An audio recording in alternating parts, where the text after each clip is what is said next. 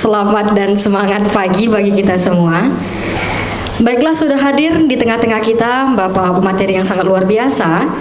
Tapi sebelum kita mulai, izinkan saya untuk membacakan biografi singkat dari pemateri kita ini. Nah, nama lengkap kayaknya udah diganti. Merupakan Asok Prof. Dr. Adi Mansar Lubis SHM Hum.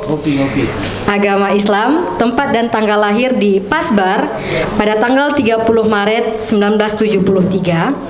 Pekerjaan advokat, jabatan Wakil Ketua DPC Pradi Medan, alamat rumah Ben Hill 1, Blok B5, Kota Medan, Provinsi Sumut. Nah, nomor ponsel seperti biasa saya akan membacakan tetapi tidak mengulanginya lagi. Oke, 0812 8016 9150. Yang kedua 0812 656 1340. Adapun riwayat pendidikan dari pemateri kita ini adalah S1 di Fakultas Hukum UMSU pada tahun 1996 dan mengambil pasca sarjana di USU pada tahun 2002 dan selesai doktor di PDIH Unisula tahun 2017 dan pengalaman permohonan PUU nomor 39 tahun 2013. Moto, tidak pernah berhenti belajar karena sekolah adalah candu. Nah, sebelum adapun materi yang akan disampaikan oleh pemateri kita adalah mengenai Mahkamah Konstitusi Republik Indonesia. Baiklah, kepada Bapak waktu dan tempat kami persilahkan. Assalamualaikum warahmatullahi wabarakatuh. Selamat pagi, salam sejahtera bagi kita sekalian. Terima kasih kepada panitia yang memberikan tempat dan waktu pada saya untuk berdiskusi dengan teman-teman peserta pendidikan khusus profesi advokat pada kesempatan hari yang berbahagia ini yang dilaksanakan oleh Pradi Medan dan kemudian Kantor Advokat Perjuangan. Nah, saudara-saudara sekalian, saya diberi kesempatan untuk berdiskusi dengan saudara-saudara sekalian berkaitan dengan hukum acara Mahkamah Konstitusi.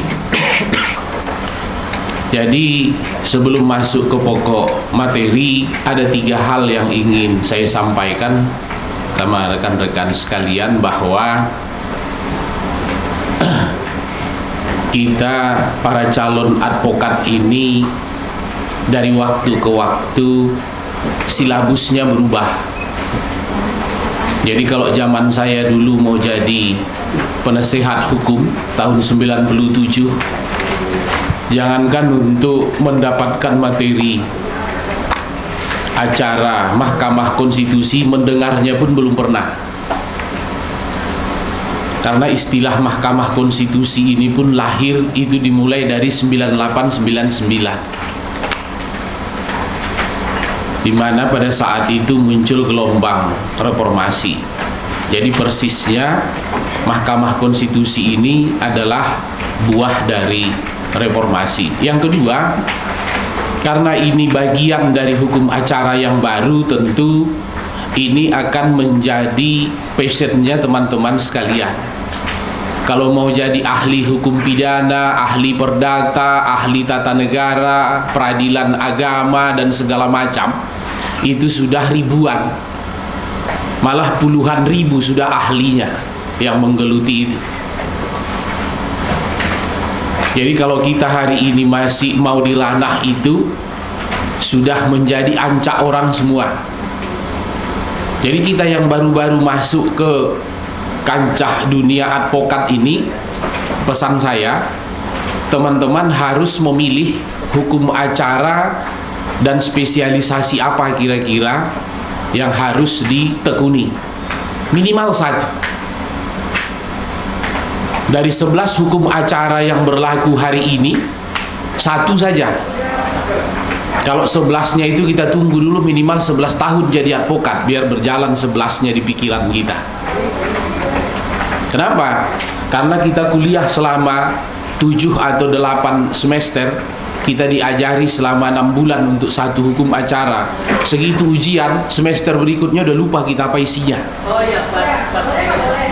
Mudah-mudahan yang di ruangan ini ingat semua, mulai dari semester 3 sampai semester 7, isi hukum acara itu. Tapi kalau saya kurang percaya saya kalau kita ingat semua itu. Yang ketiga, bahwa hukum acara Mahkamah Konstitusi ini lebih mudah memahaminya karena semua ada pedoman ketimbang hukum acara yang lain. Jadi yang hobi perdata, hobi tata usaha negara itu lebih sulit memahaminya daripada hukum acara Mahkamah Konstitusi. Karena beracara di Mahkamah Konstitusi itu semua sudah ada template-nya. Semua sudah ada pointers-pointers yang memandu kita. Jadi menurut saya pertemuan kita hari ini, kalaupun waktunya misalnya hanya sekitar 2 jam, menurut saya cukup bagi teman-teman sekedar pengantar untuk memulai menggeluti dunia advokat, khususnya berkaitan dengan hukum acara Mahkamah Konstitusi. Kenapa saya bilang harus ada spesialisasi, teman-teman? Hari ini kelihatannya para klien itu selalu memilih dan memilah advokat mana yang akan dia jadikan sebagai kuasa hukum atau konsultan hukum atau lawyernya. Banyak advokat di lapangan, banyak advokat yang berkeliaran di lapangan karena tidak punya spesialisasi. Itu hari Senin kantornya buka, Selasa tutup, Rabu buka, Kamis tutup. Itu habis itu raun dia di mana-mana. Nah, saya berharap teman-teman yang ramai pada hari ini jangan sampai ketika buka kantor pengacara sebulan buka, sebulan tutup, sebulan buka, sebulan tutup. Kenapa? Karena saya punya pengalaman bahwa di zaman kami mau jadi penasehat hukum, karena zaman kami itu belum advokat namanya, mau jadi penasehat hukum, untuk memahami dunia beracara itu cukup 3 hukum acara pada saat itu: acara pidana, acara perdata, tata usaha negara. Tapi di zaman teman-teman sekarang sudah ada 11 hukum acaranya. Jadi kalau misalnya hanya 2 jam satu hukum acara, itu paling tidak hanya brainstorming saja. Jadi saya minta maaf kalau misalnya dalam pertemuan 2 jam ini nggak ada yang lengket di pikiran teman-teman. Tapi kalau mau lengket nanti di 2024, ayo ke Mahkamah Konstitusi. Ya, ini alat ujinya. 2024 2 kali kita pemilu, semuanya berujung di Mahkamah Konstitusi. Maka logo yang dibuat oleh Mahkamah Konstitusi untuk masyarakat jangan mau diadu. Ada MK tempat mengadu. Jadi kalau mau ke MK itu ya semua advokat dibutuhkan. Nggak ditanya Pak usianya berapa, Dek usianya berapa, nggak ditanya. Ya, yang penting pemahaman hukum acaranya. Baik, kita mulai. Nah, saya jujur saya bilang sama teman-teman, saya bukan jurusan tata usaha negara. Saya bukan spesialisasi konstitusi. Saya mungkin ada sama seperti teman-teman. Saya S1, S2, S3 saya pidana. Ya, saya berani-beranian aja membawa materi acara Mahkamah Konstitusi ini.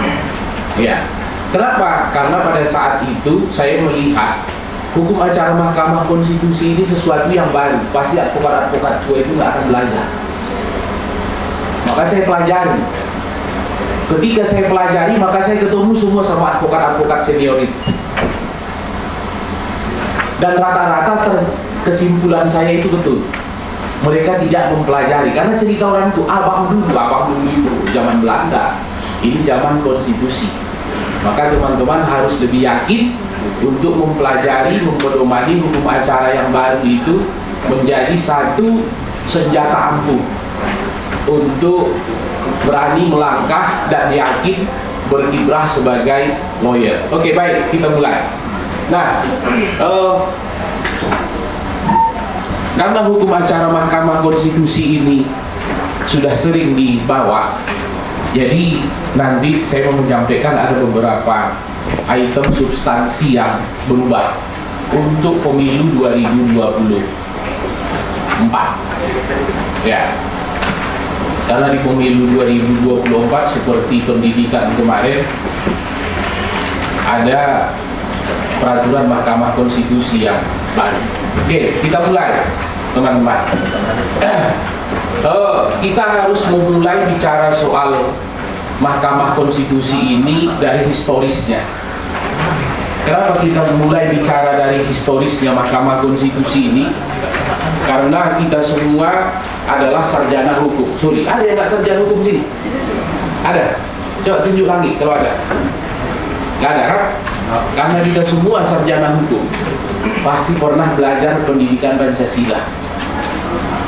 Ketika belajar pendidikan Pancasila, pasti bicara konstitusi. Nah, ini mahkamahnya konstitusi. Berarti analisa dasar kita, bahan yang harus kita pahami itu mulai dari pasal 1 sampai pasal 34 minimal Undang-Undang Dasar 1945. Berikut anak dan cucunya sama pasal-pasal. Kenapa?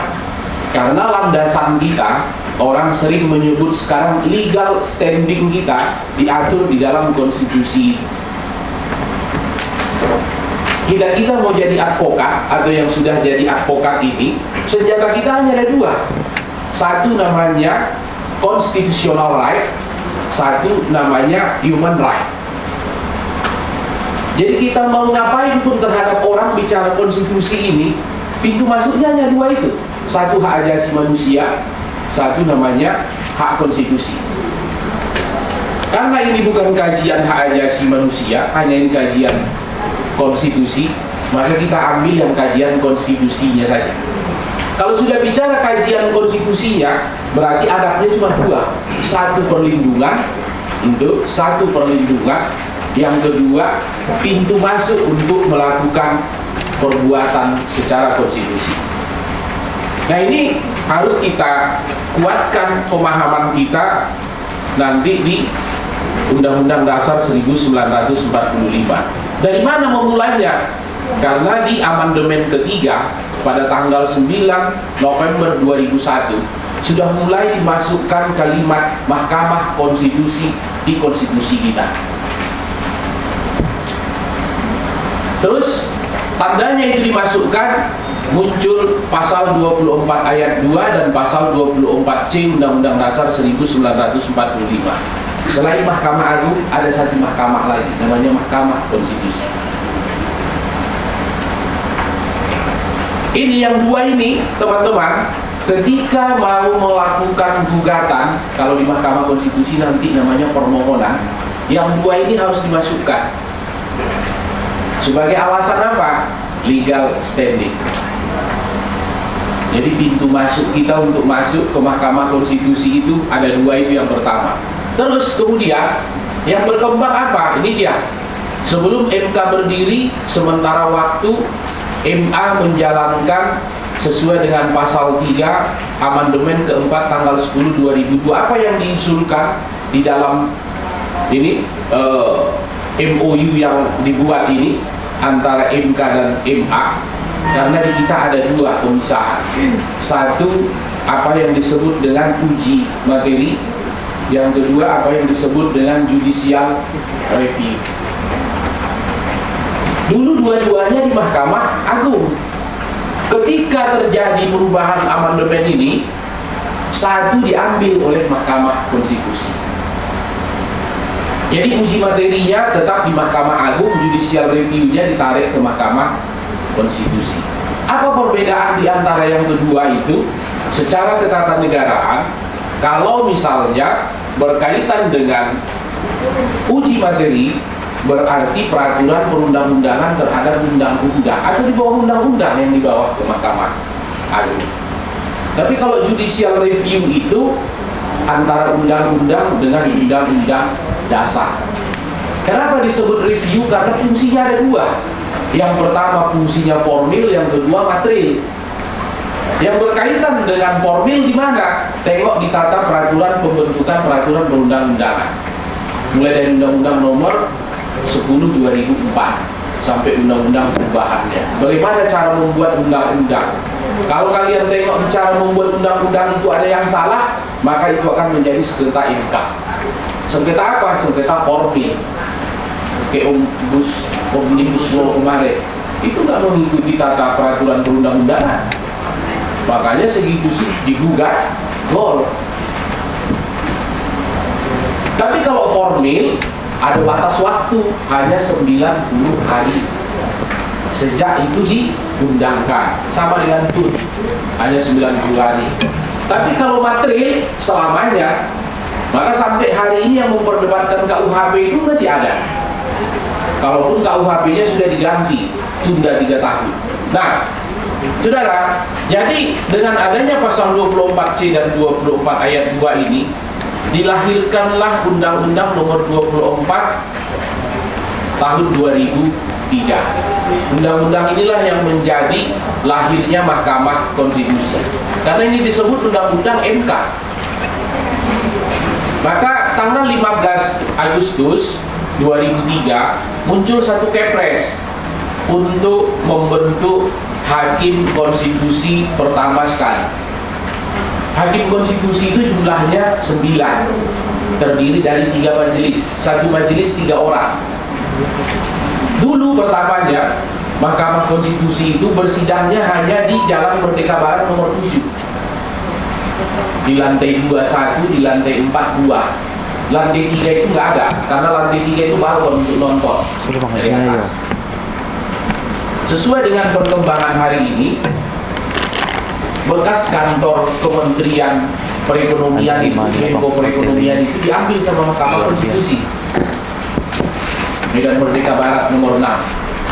Jadi di lantai 4 Medan Merdeka Barat nomor 6 itu sekarang satu ruang sidang, 2 di nomor 7. Tapi ruangannya makin besar-besar.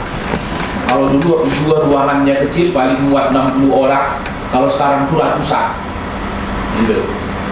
Kalau ada yang pernah debat konstitusi dibawa ke Mahkamah Konstitusi, pasti dibawa di lantai 2 itu, di ruangan besar itu. Ada ruangan besar, kameranya ada 7, layar monitornya ada yang 2 kali 4 meter, ada yang 2 meter kali 2 meter. Jadi apapun kelakuan kita di dalam persidangan itu ketahuan. Kalau garuk-garuk kepala, ya kan, ada yang gatal ketahuan, terekam sama dia. Kamera itu nakal, karena semua direkam. Jadi ketika kita mengulah besok rekaman yang aneh-aneh yang mereka munculkan. Tapi kalau kita berkelakuan baik, itu yang baik-baik yang mereka keluarkan. Saya heran juga orang-orang IT ini, kenapa agak-agak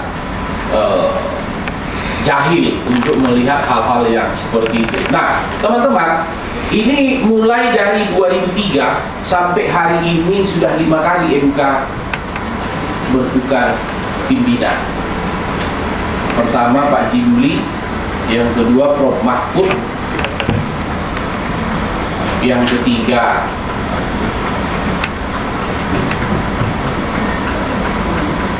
saya lupa yang ketiga atau yang keempat Arif. Karena di dalamnya ada satu ketua yang ditangkap itu, Arif berarti yang ketiga. Habis itu Hamdan Zulfa, baru sekarang Anwar Usman. Nah, persyaratan-persyaratannya bisa teman-teman tengok. Kalau yang mau jadi hakim konstitusi nanti umurnya baru 39 jangan daftar. Ya, dari umurnya udah 40 baru boleh daftar. Karena di situ syarat salah satunya adalah syaratnya negarawan.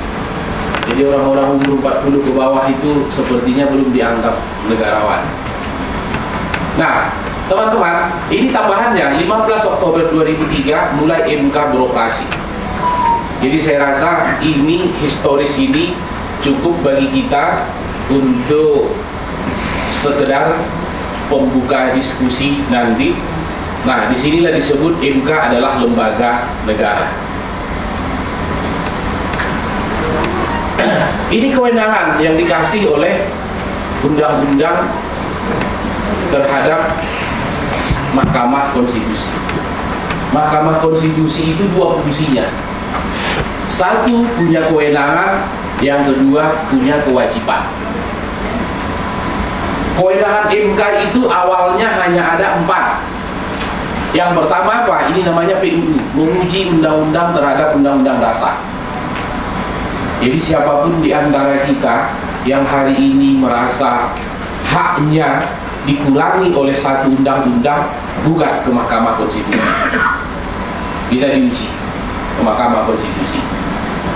Alat ujinya tinggal tengok di undang-undang dasar, apakah pasal 28, 28A, B, C, D, E, F. Terserah. Kalau ada yang merasa hak beragamanya dibatasi oleh satu undang-undang, gugat berdasarkan pasal berapa? 29 atau 27. Kalau ada yang merasa KTP-nya nggak keluar, itu berarti hak konstitusinya sebagai warga negara, tengok di pasal berapa. Kalau ada yang ingin berusaha nggak diberi, tengok di pasal 33. Bukan, undang-undang apa saja. Yang penting undang-undang yang masih berlaku. Berarti kalau undang-undang salah satu kajian yang akan kita gugat, pertanyaannya, abang ini tidak akan pernah habis kesempatan untuk menjadi lawyer ke Mahkamah Konstitusi. Karena sebanyak undang-undang. Tinggal meyakinkan orang, percaya nggak orang sama kita ketika kita mau menggugat undang-undang itu ke Mahkamah Konstitusi. Kalau biar caranya bagaimana orang percaya sama kita, caranya harus dekat. Bagaimana caranya biar dekat, harus kenal. Bagaimana caranya biar kenal, ya harus kita sampaikan opsi dan motivasi kita kenalan dengan orang itu. Maka diprediksi kita advokat ini tidak akan habis klien kita ketika berperkara di Mahkamah Konstitusi selagi masih ada undang-undang. Hanya saja seberapa kuat kita menganalisa sebuah peraturan perundang-undangan. Perlu diingat, undang-undang itu diketok oleh 560 anggota DPR. Apakah kita sebagai seorang advokat sudah lebih hebat analisa kita daripada anggota DPR itu, sehingga berani kita mengajukan gugatannya? Tapi kalau yakin, kenapa tidak? Yang kedua, ini kewenangannya namanya SKLN, sengketa kewenangan lembaga negara. Izin. Abang tamat S1 tahun berapa? 2016. 2016 sudah masuk Mahkamah Konstitusi ya. Sudah ada materi Mahkamah Konstitusi, hukum acara bukan? Ya. Atau ada yang baru tamat kemarin? Ada yang di belakang? Ya. Sudah dapat materi hukum acara Mahkamah Konstitusi? Sudah. Yang berkaitan dengan SKLN ini, apa yang Anda tahu? Semacam dia sengketa antar lembaga negara. Jadi dia seperti misalnya sebuah lembaga negara itu merasa kewenangannya itu bisa dikatakan diganggu gitu Pak dengan lembaga-lembaga yang lain. Nah, nanti tengok di Undang-Undang Dasar itu yang disebut lembaga negara yang diberi kewenangan ini, ya kan? L-nya besar, N-nya besar. Jadi kalau ada penyebutannya BPK adalah lembaga negara, itu hampir bisa dipastikan penyebutan BPK itu L-nya besar, N-nya besar. Nah, yang punya kewenangan yang diberi oleh konstitusi itu adalah lembaga negara yang L-nya ini besar, N-nya besar. Kalau KPU itu L-nya kecil, N-nya kecil. Itu artinya apa? Karena kewenangan KPU itu tidak diberi oleh konstitusi. Kewenangan KPU itu diberi oleh undang-undang. Maka kalau kewenangan KPU pusat mengambil kewenangan KPU tingkat 2, kita gugat pun ke MK, itu ditolak sama MK. MK bilang, ini KDRT namanya.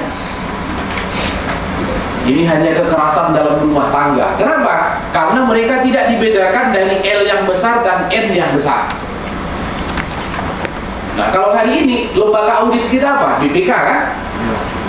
Di samping BPK apa lembaga audit yang diakui? Hah? Apa yang diakui?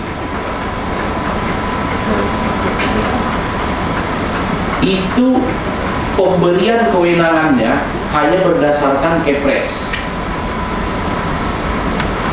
Maka mereka hanya boleh menghitung kerugian keuangan negara, tapi mendeklir kerugian keuangan negara mereka tidak punya hak. Yang punya hak itu BPK. Jadi kalau mereka mendeklir kerugian keuangan negara, nih berurusan dengan sengketa kewenangan lembaga negara. Nanti kalau teman-teman sudah jadi advokat, bahkan banyak berbenturan nih apa yang saya bilang ini. Benturannya di mana? Polisi menyidik korupsi, dia nggak akan pakai BPK menghitung kerugian keuangan negara, tapi yang dia pakai BPKP. Kalau anak Medan pasti tahu yang arah ke Gatot Subroto sebelah kiri. BPKP itu lahirnya pada zaman SBY, dan itu dilahirkan hanya berdasarkan keputusan presiden, dan itu mestinya hanya untuk menghitung, sama seperti audit-audit independen itu. Nah, kalau misalnya dipertentangkan, teman boleh menggugat ini sengketa kewenangan lembaga negara. Jadi kalau sempat nanti kalian dapat kasus korupsi, di bawahnya itu dideklir kerugian keuangan negara sekian, gugat, karena dia nggak punya kewenangan. Yang punya kewenangan itu BPK. Dia cuma punya kewenangan menghitung. Nah, bupati misalnya sama gubernur itu sama-sama lembaga negara. Jadi kalau ada kewenangan bupati diambil alih oleh gubernur, bisa kita gugat ke MK. Kalau ada kewenangan gubernur diambil alih oleh menteri dalam negeri atas nama presiden, bisa digugat ke MK. Nanti ditengok di Undang-Undang Dasar, ditengok di Tata Negara. Apakah ini kewenangan yang sifatnya delegatif atau ini pembagian kekuasaan? Kalau pembagian kekuasaan, gugat. Tapi kalau dia hanya pendelegasian wewenang, tengok sampai di mana wewenangnya. Begitu analisa dokter. Kalau kita datang ke dokter mau memeriksakan kesehatan, kita juga segitu klien datang, analisa kita juga harus bertingkat yang disampaikan ke dia. Ini ada dasar hukumnya, bukan nggak mungkin digugat, boleh digugat. Tapi kemungkinan menangnya itu hanya 80%. 20% lagi itu tanpa teori. Tapi kalau kita analisa misalnya, ini kejadiannya, dasar hukumnya ini legal standingnya, kewenangan mengadilinya ada. Kalau ada buktinya minimal 2 saja, ini kemungkinan menangnya 90%. Dari mana? Itu analisa kita berdasarkan ini, teori kewenangan ini. 3, pembubaran partai politik. Jadi kalau ada di Republik ini partai politik yang double pengurus pusatnya, double pengurus daerahnya, double semua, sehingga merugikan kepentingan masyarakat, bisa dimohonkan ke Mahkamah Konstitusi untuk dibubarkan. Ya. Saya kalau teman-teman kenal, namanya Pak Husni Hasibuan. Pak Husni Hasibuan itu pernah mantan bendahara PSSI. Ketika ribut Demokrat, saya cuma sampaikan itu aja.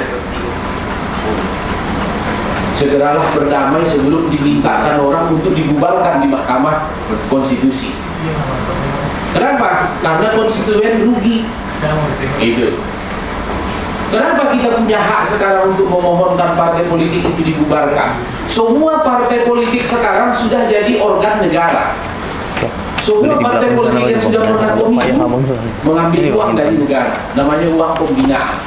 Makin besar suaranya, makin besar uang pembinaannya. Ini salah satu, sudah dikasih sih. Maka partai politik itu harus tertib secara konstitusi. Yang keempat, ini kode PHPU. PHPU ini singkatan, ini perselisihan hasil pemilihan umum. Ini ada D-nya, perselisihan hasil pemilihan umum daerah. Ini gubernur, bupati, wali kota. Di sini. Nah itu sudah jadi kewenangannya MK. Pertanyaannya, Kalau kita semua warga Sumut yang ada di ruangan ini, Sumatera Utara ini 1 gubernur, 33 bupati dan wali kota. Berarti ada 34 pasang kepala daerah, ya kan? Kita ada 34 ini di ruangan ini. Nggak ada kan? Kita bagi aja satu-satu udah cukup ini untuk ini. Ya. Aku tinggal di mana? Dari Serdang, Medan, Simalungun.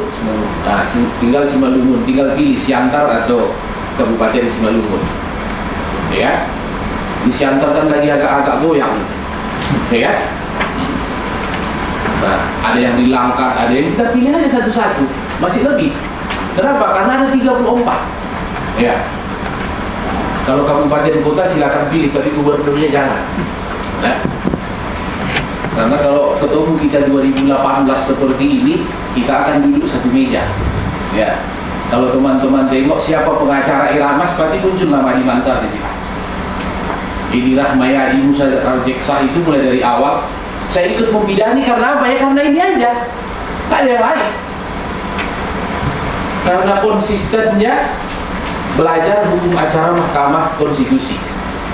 Bukan hukum pemilu, hukum acara Mahkamah Konstitusi. Nah, di sini ini banyak.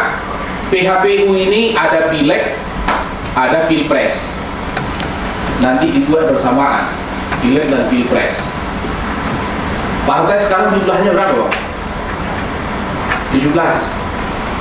Lalu tinggal ambil satu-satu partai aja. Ya. Ini karena baju kuning ambil Golkar, baju hitam ambil PKS, baju putih, segala macam. Tinggal pilih. Ya. Jadi segitu partai ini saling gugat-menggugat, partai ini saling gugat-menggugat. Misalnya ini sama-sama Simalungun, sama-sama dapil 1, ya kan? Simalungun dapil 1 itu 8 kursi. Berarti semua partai 8 calonnya kali 17.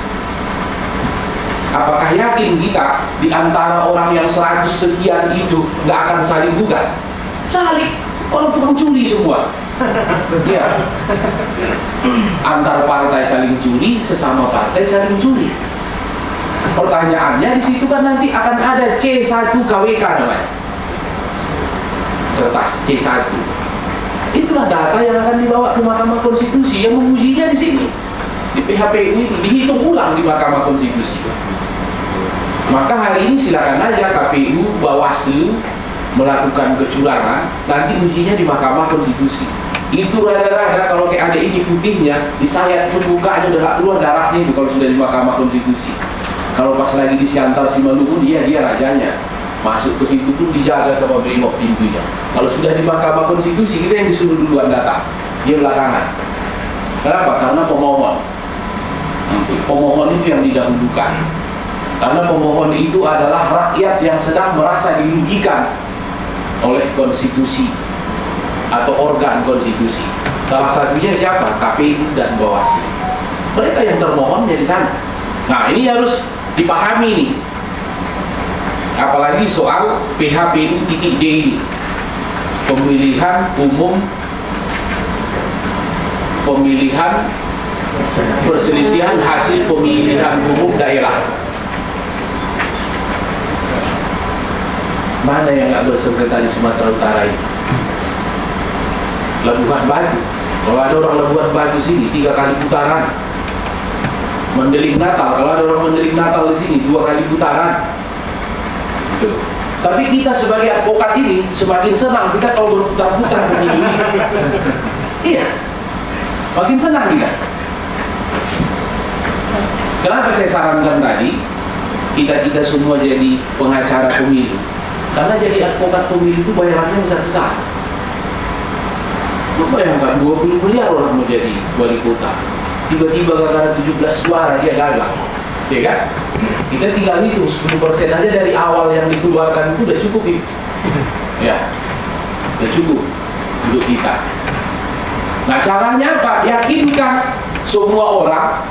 Maka ini yang perempuan-perempuan kalau masih ada yang gadis, tengok ini calon saya ini, ayahnya calon bupati, ayahnya calon ini, sudah, tinggal siapkan mental aja. Jangan sebagai permaisuri, tapi sebagai advokat. Ya. Jadi segitu ketemu sama calon mertua pun dimulai dari surat puasa. Anaknya pun mikir, iya, mau buat apa pun mikir dia. Karena apapun perempuan ini selalu dinomorsatukan untuk hal-hal yang seperti itu. Makanya orang ini sebutannya perempuan. Nggak tahu, sedang disebut wanita atau perempuan? Hah? Iya. Karena sempat disebut wanita, udahlah, nggak usah lanjutkan aja latihan ini. Ya, karena kalau perempuan itu wanita yang sudah berdaya. Ya, tapi kalau wanita itu perempuan yang belum berdaya. Kata Fatimah Marnisi, bukan saya. Ya, nanti baca bukunya Fatimah Marnisi, judulnya Perempuan di Titik Nol. Kalau nggak gegar gender, tengok halaman 217, chapter ketiga. Nah, situ jelasnya. Ya, oke, kita lanjut. Nih, catatan. Setiap kewenangan beda hukum acaranya. Itulah mungkin pentingnya kita ketemui. Cuma ini ada catatan ini. Setiap kewenangan beda hukum acaranya.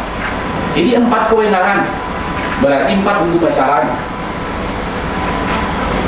Nah, satu kewajiban, ini dia, memberikan putusan atas pendapat DPR bahwa presiden atau wakil presiden tidak lagi memenuhi syarat sesuai Undang-Undang Dasar 1945. Sejak MK ada, nggak boleh lagi ada pemakzulan presiden sembarangan, seperti kejadian pada saat zaman Gus Dur diturunkan. Nggak konstitusional. 560 anggota DPR, 2/3 ujuk-ujuk mau menurunkan, turun, nggak bisa.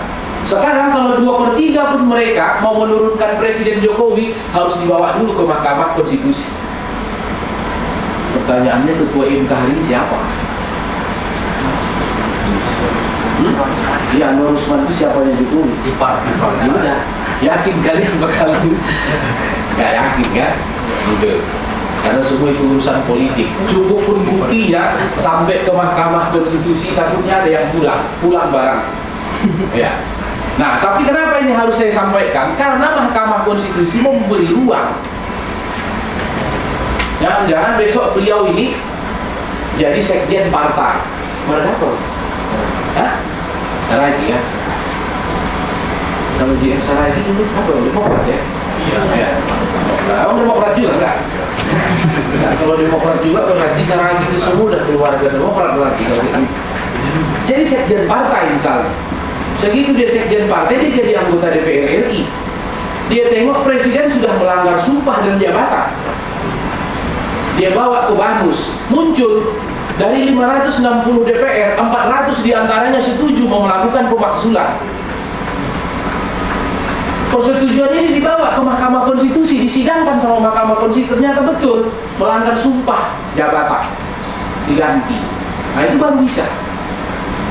Tapi kalau sempat kita lawyernya untuk mengganti presiden, saya rasa tombak, pistol, segala macam itu udah arahnya ke kita ini.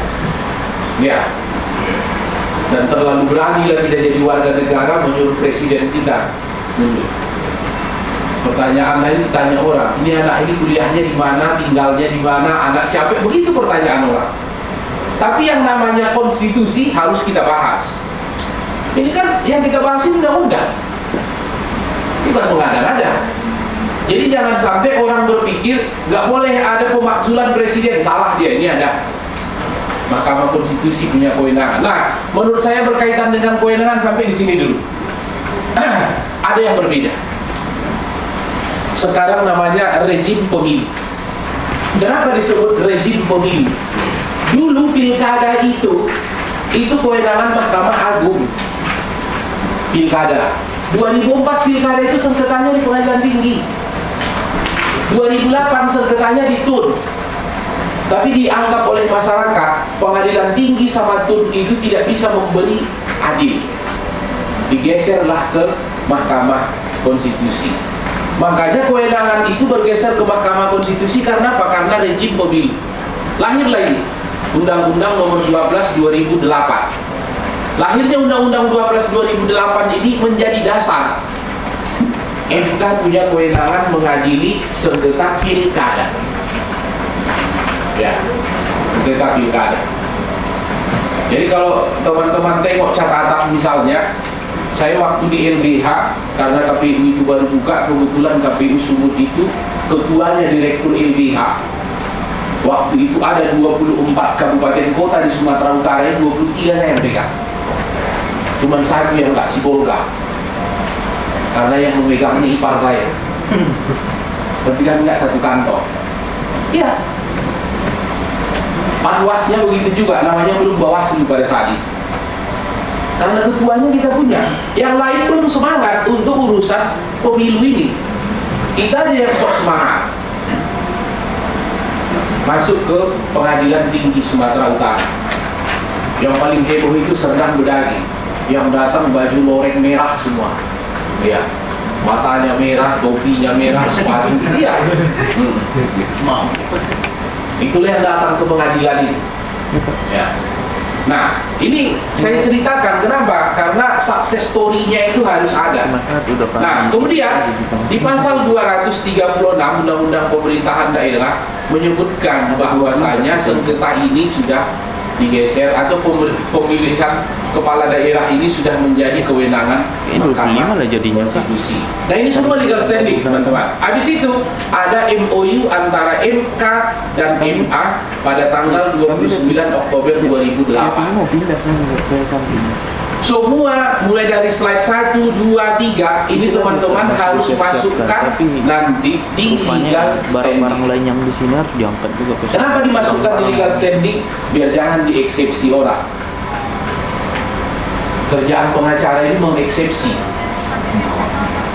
Iya. Mencari celah. Celah apa kira-kira yang bisa dirontokkan kredibilitas orang?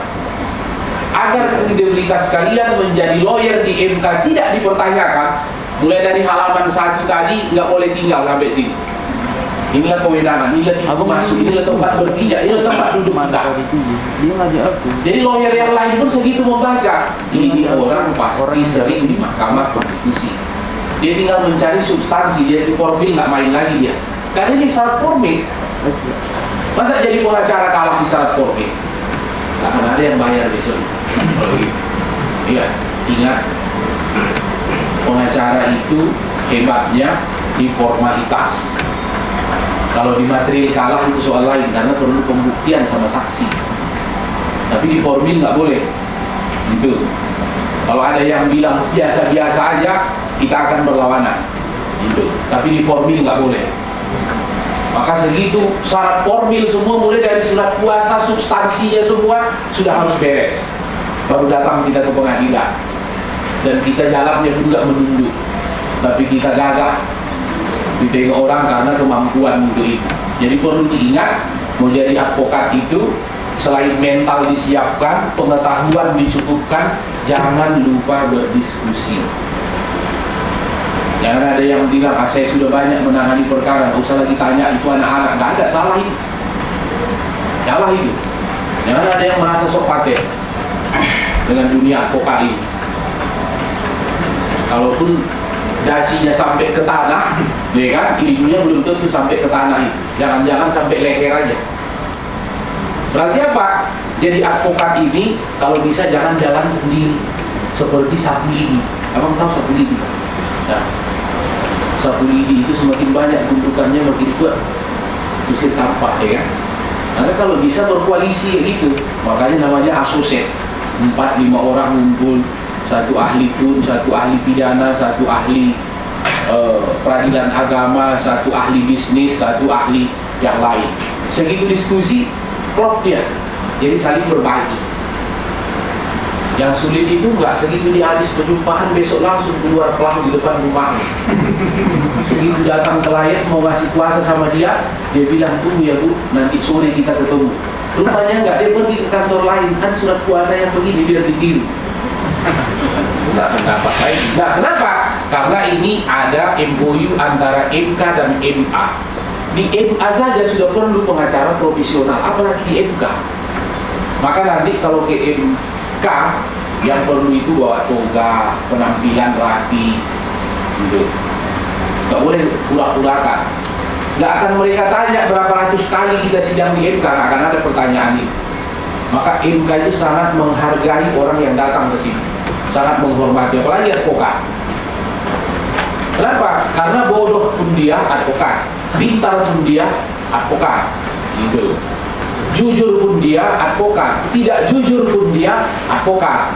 Tapi advokat yang betul-betul advokat itu adalah advokat yang independen. Advokat yang dependen itu bukan advokat, tapi pecundang namanya. Jadi nggak usah takut. Kalaupun kita dibilang orang bodoh tapi jujur, kita independen, dia tetap advokat. Tapi sepintar apapun dia, tapi orangnya curang, itu bukan advokat, namanya pecundang. Oke, kita lanjut. Ini dasar hukumnya. Yang pertama, sejak MK itu ada, ini dasar hukum yang muncul. Nah, kenapa saya munculkan dasar hukum yang lama ini? Ini ada beberapa masih dipakai, beberapa. Sekarang, teman-teman, kalau kita mau berperkara ke Mahkamah Konstitusi, di handphone kita pun sudah harus ada menu yang berkaitan dengan MK. Jadi tinggal klik, PMK-nya sudah ada. Kenapa saya bilang begitu? Di Mahkamah Konstitusi nggak ada hukum acara yang dasarnya undang-undang. Jangan cari bang, ada. Hukum acara pidana ada, Undang-Undang nomor 8. Acara perdata ada, acara tun ada, ya kan? Acara Mahkamah Konstitusi jangan cari di undang-undang. Adanya apa? PMK, Peraturan Mahkamah Konstitusi. Hukum acaranya dia yang buat, dia yang menjalankan, dia yang mengevaluasi, dia yang membatalkan. Apa yang poinnya yang mau saya sebut? Teman-teman harus update soal hukum acara di Mahkamah Konstitusi. Harus update. Besok misalnya, Bang Saragi mau menggugat undang-undang, ya kan? Harus tengok, ini PU berlaku nggak PMK nomor 6 ini lagi? Kalau PMK nomor 6 ini berlaku tapi ada tambahannya, berarti dijuntokan. Sebanyak mungkin. Nah, sekarang ada tambahan satu lagi di sini. PMK tentang pendaftaran secara online. Kenapa ada pendaftaran secara online? Begini, hasil pemilihan umum kepala daerah itu 3 hari sejak diumumkan habis masa pendaftaran. Ini tanggal berapa, Pak? Nah, 12. Kalau misalnya diumumkan hari ini oleh KPU Simalungun, Pak Ratu apa namanya? Radiapo sebagai bupati, kalau abang mau menggugat, kapan berakhir? Karena di bahasanya sejak, berarti sejak tanggal diumumkan. Berarti 12, 13, 14. 14 pukul berapa? Pukul berapa diumumkan, segitulah akhirnya depan. Kalau ini pukul 12, pukul 12, 3 hari berikutnya. Datang abang pukul 1, dia bilang, memang diterima, tapi nanti nggak lewat dismissal. Ya diterima pokok perkaranya. Kenapa? Karena syarat formilnya habis, lewat masanya. Nah ini, disinilah gunanya ada PMK berkaitan dengan pendaftaran online. Jadi nggak bisa misalnya, kalau saya bilang, saya nggak bisa ke Jakarta karena nggak ada tiket. PMK nggak perlu tiket, daftarnya boleh online. Tapi paling lama 3 hari abang harus sampai ke MK membawa berkas manual. Berarti kan nggak ada alasan kan? Nggak ada alasan nggak bisa daftar. Persoalan pembuktian dan segala macam bisa. Nah ini itu soal teknis. Berperkara di MK itu cuma 5 langkahnya. Ini dia. Karena gugatan itu namanya permohonan, orang yang menggugat disebut sebagai pemohon. Termohonnya itu selalu penyelenggara, dalam hal ini KPU dan Bawaslu. Kemudian ada pihak terkait ini kalau ditun namanya intervenien. Kalau kira-kira yang berkaitan dengan permohonan hasil pemilihan umum, pihak terkaitnya ini siapa? Pihak terkaitnya siapa kira-kira pihak terkaitnya yang bakalan datang? Pihak yang keberatan atas gugatan ini. Pemenang pertama. Jadi kalau wali kota Medan kemarin ada Bobi, digugat sama Ahyar, tergugatnya KPU Medan, pihak terkaitnya ini Bobi datang, dan semua akan dibenarkannya apa yang dibuat oleh KPU karena dia menang.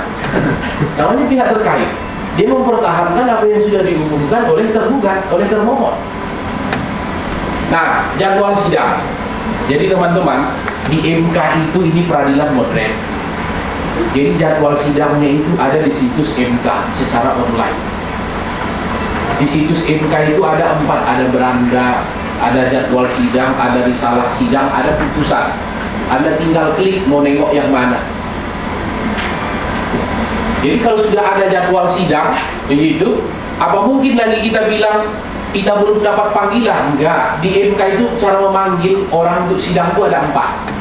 Satu pakai SMS, sekarang diganti dengan WhatsApp. Yang kedua pakai email. Yang ketiga pakai telepon. Nanti ketika masuk kita di ruang sidang, baru disodorkan satu kertas. Sodorkan sama petugas MK. Dia bilang, Pak, tolong ditandatangani ini panggilan sidang secara resmi. Jangan disamakan dengan pengadilan negeri 3 hari sebelum sidang sudah ada surat panggilan tertulis. Kalau itu yang dilakukan, nggak sidang-sidang kita. Datang kita ke situ, perkara udah putus. Kenapa? Karena sudah melalui email, melalui WhatsApp, dan melalui telepon. Pertanyaannya, menurut Undang-Undang ITE, nah itu dia, menurut Undang-Undang ITE, apakah komunikasi secara verbal melalui alat telekomunikasi itu merupakan satu panggilan yang sah? Tidak. Maka kita dilarang di pasal 27 sama 34 Undang-Undang ITE itu tidak boleh menyebarkan tanpa hak informasi apapun kalau yang bukan punya kita. Jadi jangan sempat muncul di ITE misalnya di laman MK, sidangnya tanggal 8, kita buat tanggal 18 biar orang jangan datang. Besok ketahuan siapa yang menukar, kena kita di pasal 34. Lumayan 4 tahun 6 bulan kan? Ya. Nah, ini akan ada jadwal sidang ini. Jadwal sidang pertama, sidang kedua, sidang ketiga, tinggal sidang keempat yang tidak ada di jadwal nanti. Karena sidang keempat itu dia bilang akan diberitahukan kemudian, termasuk putusan. Terus ada pemeriksaan pendahuluan tim. Jadi begini, teman-teman, kalau di MK itu, kalau gugatan SKLN, gugatan pengujian undang-undang, itu semua kita dinasehati. Nanti kalian susun permohonannya, segitu kalian daftarkan, bawa rangkap 5, alat buktinya dibawa minimal 3, karena di MK itu selalu perkara apapun minimal kita membawa alat bukti pendahuluan 3. Daftarkan di bawah kalau mau manual di basement itu. Nanti dikasih satu selembar surat, namanya tanda bukti penyerahan berkas perkara. 3 hari kemudian keluar namanya register perkara. 3 hari kemudian, nah, datanglah jadwal sidang. 5 hari setelah jadwal sidang datang pemeriksaan pendahuluan. Kalau nanti gugatannya menggugat undang-undang, 9 hakim konstitusi ini duduk di depan kita. Kita duduk di sini. Saya, pengalaman saya, ujian disertasi itu 5 profesor doktor aja udah keringatan saya, kalau saya membuat untuk meyakinkan mereka. Ini 9. Semua ahli konstitusi dan ahli bersidang. Mereka bagi ini pertanyaan ini sama kita. Ditanya mulai dari mana? Ditanya mulai dari filosofi, kenapa kita harus menggugat. Kita harus sampaikan alasannya kita menggugat. Sebagai warga negara, ada yang merasa dirugikan hak-haknya karena lahirnya undang-undang ini. Nanti ada yang bertanya, undang-undangnya saja, pasalnya saja, ayatnya saja, atau katanya saja yang disebut perasa. Nah, kita harus jelaskan, yang kita gugat ini 1 ayat, 1 pasal, 1 kata, gitu. Atau hanya 1 huruf. Dijelaskan. Nanti pertanyaan dia bertentangan dengan pasal yang mana di konstitusi. Kita harus jelaskan pasal sekian di Undang-Undang Dasar. Selesai 1 hakim, masuk hakim yang 1 lagi. Dia bilang, kira-kira legal standing saudara mana? Itulah mulai dari halaman pertama tadi kita sebut. Ini legal standingnya. Ini surat kuasa. Nanti tambahannya, teman-teman sekalian, tengok putusan-putusan terdahulu. Jurisprudensi, Bang. Tengok jurisprudensi, masukkan di dalam. Masuk ke hakim yang ketiga. Hakim yang ketiga nanti dia bertanya, kira-kira dari 9 orang yang memberi kuasa, mana di antara yang 9 ini yang paling dirugikan? Yang paling dirugikan. Maka kita buat sel-selnya. 1, 2, 3 paling dirugikan. 4, 5, 6 hampir dirugikan. 7, 8, 9 berpotensi dirugikan. Pertanyaannya di sini. Nah, pada saat penasehatan ini yang mau saya sampaikan, jangan satupun ada bantahan. Jangan satupun ada bantahan. Iyakan aja, Mahmud aja tulis apa yang dia buat. Persoalan nanti perbaikan selama 3 hari Anda mau masukkan di perbaikan itu soal lain. Kenapa? Karena hakim konstitusi ini kalau dibantah itu makin banyak pertanyaannya. Kalau dijawab makin kesal dia. Kalau sampai soal metodologi pun tidak dipersoalkan, kan ngeri. Ya, maka membuat permohonan ke Mahkamah Konstitusi itu titik komanya, hurufnya, jenis pasalnya, bagaimana membuat skripsi, tesis, disertasi, begitulah dia. Contoh misalnya, kan tamat 2018, pasal bernama misalnya, pasal 18, ya kan? Penulisan B-nya itu, huruf pasalnya itu kan harus huruf kapital, harus huruf besar. Itu cara penulisan ilmiah. Kalau kita buat huruf kecil, itu pun nanti dipersoalkan sama dia kalau udah kesal dia sama kita. Nah, jalan keluarnya apa? Hakim konstitusi itu ada 9. 9-9-nya itu menulis buku. Menulis buku 9-9-nya. Beli buku yang mereka tulis. Pertanyaannya, kalau apa waktu membuat skripsi, diuji sama dosen, buku dosen itu yang memasukkan di skripsi apa? Mungkin dia salahkan isi skripsi. Mungkin. Enggak. Atau pengalaman kalian mana? Enggak, kalau ada yang begitu berarti dosennya udah mulai bego itu. Iya, hilang kepintarannya ini. Caranya apa? Kalau kita mau buat tulisan gugatan itu, buku-buku hakim itu sudah kita kunci semua kalimat dengan pendapat mereka, dengan teori mereka. Maka kita akan dikalahkan nanti tidak di substansi, tapi di pembuktian. Maka ingat 184 KUHP. 184 KUHP itu kan jenis-jenis alat bukti. Kalau di KUHP jenis alat bukti itu nomor 1 itu apa? Apa? Saksi. Kenapa kira-kira saksi dibuat di atas? Karena di hukum acara pidana itu kalau tidak ada saksinya perkara ini dibebaskan. Tapi kalau di Mahkamah Konstitusi saksi itu nomor 3. Di atas apa? Bukti surat. Berarti yang perlu itu apa? Surat. Maka penyusunannya juga nanti kita harus buat surat. Misalnya kita dalilkan pada tanggal 12 Mei 2023 dilaksanakan pendidikan khusus profesi advokat dalam kurung P1. Pesertanya sekian. Alat buktinya apa? Absen. Materinya apa? Hukum acara Mahkamah Konstitusi. Kenapa ini dilaksanakan? Berdasarkan kerjasama Kantor Hukum Perjuangan dengan Pradi. Di mana ditengok? Ada di putusan Pradi. Pertanyaannya, kalau sudah kita buat di putusan Pradi, mungkin nggak ketua Pradi menyalahkan pertemuan ini? Nggak mungkin kan? Karena dia sendiri sudah mengasih legalitas. Begitulah kita buat pada saat proses pemeriksaan pendahuluan ini. Nah, yang keempat, baru kemudian pemeriksaan sidang panel. Di Mahkamah Konstitusi itu jenis persidangan itu ada 2. Ada panel, ada pleno. Pada saat penasehatan itu, hakim itu pleno 9-9-nya. Tapi nanti mulai dari pemeriksaan jawaban, alat bukti, saksi, konklusi, itu persidangannya di panel. hanya 3 hakim yang akan memeriksa. Putusan pleno balik, muncul balik hakim itu 99-nya di situ. Baru kemudian putusan. Nah, di Mahkamah Konstitusi jangan kalian percaya bisa nyogok. Itu tipu aja itu.